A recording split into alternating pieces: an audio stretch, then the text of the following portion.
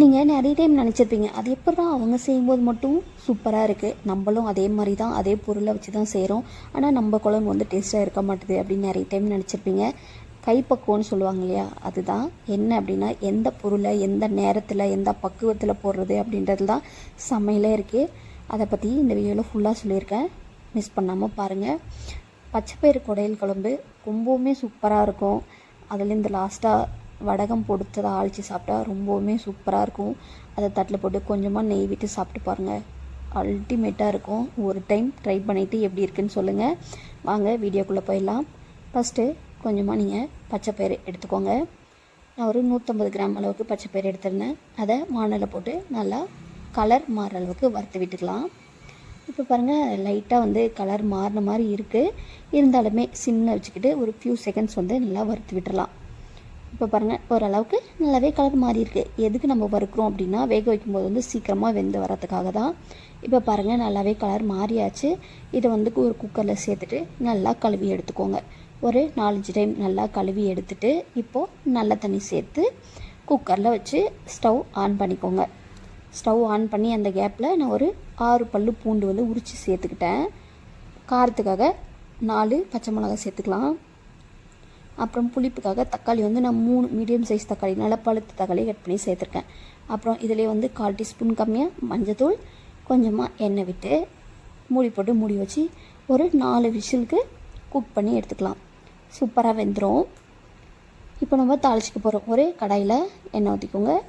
எண்ணெய் ஊற்றி தாளிக்கிறதுக்காக கொஞ்சமாக கடுகு உளுத்தம் பருப்பு சேர்த்துட்டு நல்லா பொரிய விடலாம். இதுதான் மெயினே வந்து பார்த்திங்கன்னா. இப்போது கொஞ்சமாக சீரகம் போட்டுக்க போகிறோம். ஒரு 2-3 மிளகு சேர்த்துக்கலாம்.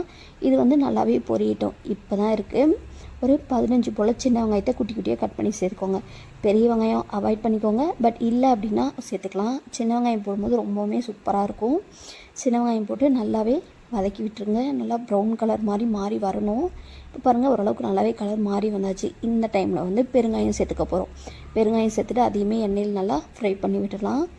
இது ஒரு பக்கம் இருக்கட்டும். இப்போ நம்ம வேக வச்சுருந்தாங்க, ஓப்பன் பண்ணி பாருங்கள், சூப்பராக வெந்திருக்கு. இப்போ அந்த தண்ணியை மட்டும் வானலில் வடித்து எடுத்துக்கலாம். இதை வடிச்சிட்டு ஒரு பக்கம் இருக்கட்டும். இப்போ இந்த பருப்பை வந்து நம்ம கடைஞ்சிக்க போகிறோம். ரொம்ப நைஸாக கடையக்கூடாது, 1-2 பருப்பாக இருக்க மாதிரி கடைஞ்சி எடுத்துக்கலாம்.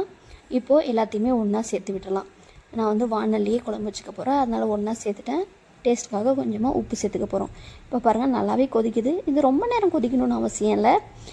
இப்போ தான் மெயினாக இருக்குது. மிளகு சீரக பொடி நீங்கள் ஆல்ரெடி வச்சுருப்பீங்க வீட்டில், ரசப்பொடியாக யூஸ் பண்ணிகிட்ருக்கலாம். அதை வந்து ஒரு ஃபுல் டீஸ்பூன் அளவுக்கு போட்டுக்கோங்க. போட்டுட்டு நல்லா கலந்து விட்டுருங்க. இதுதான் வந்து ரொம்பவுமே சூப்பராக இருக்கும் இந்த குழம்புக்கு. மிஸ் பண்ணாமல் சேர்த்துக்கோங்க. நான் நிறைய வீடியோஸில் சொல்லியிருப்பேன், மிளகு சீரகப்பொடி செஞ்சு வச்சுக்கோங்க, நிறைய குழம்புக்கு யூஸ் பண்ணிக்கலாம், ரொம்பவுமே சூப்பராக இருக்கும். அவ்வளோதான், குழம்பு ரெடி ஆகிடுச்சு. இது ரொம்ப நேரம் கொதிக்கணும்னு அவசியம் இல்லை. இதை தனியாக ஒரு பாத்திரத்துக்கு மாற்றி வச்சிடலாம். என்னடா கருவேப்பிலை கொத்தமல்லியெல்லாம் எதுவுமே போடல நினைக்காதீங்க. அதுக்கு பதிலாக நம்ம வந்து வடகம் வச்சு தாளிக்க போகிறோம். வடகம் தாளிக்கும் போது இதெல்லாம் தேவையில்லை, அதனால் நான் கருவேப்பிலை கொத்தமல்லி போடலை. உங்களுக்கு வேணும் அப்படின்னா நீங்கள் போட்டுக்கோங்க. வடகம் தாளித்து ஊற்றிட்டு ஒரு தட்டு போட்டு ஒரு 5 மினிட்ஸ் மூடி வச்சிடும். அப்போ தான் அந்த வாசனை ஃபுல்லாக அப்படியே இருக்கும்னு சொல்லுவாங்க. அப்புறம் கொஞ்சம் நேரம் விட்டு எல்லாத்தையுமே கலந்து விட்டுட்டு பாருங்களேன், பார்க்கும்போதே ரொம்பவுமே சூப்பராக இருக்குது, சாப்பிடணும் போல் இருக்குது. இதே மாதிரி ட்ரை பண்ணிவிட்டு எப்படி இருக்குன்னு கமெண்ட் பண்ணுங்கள். நம்ம சேனல் பிடிச்சிருந்தா சப்ஸ்கிரைப் பண்ணுங்கள், வீடியோக்கு ஒரு லைக் போடுங்க.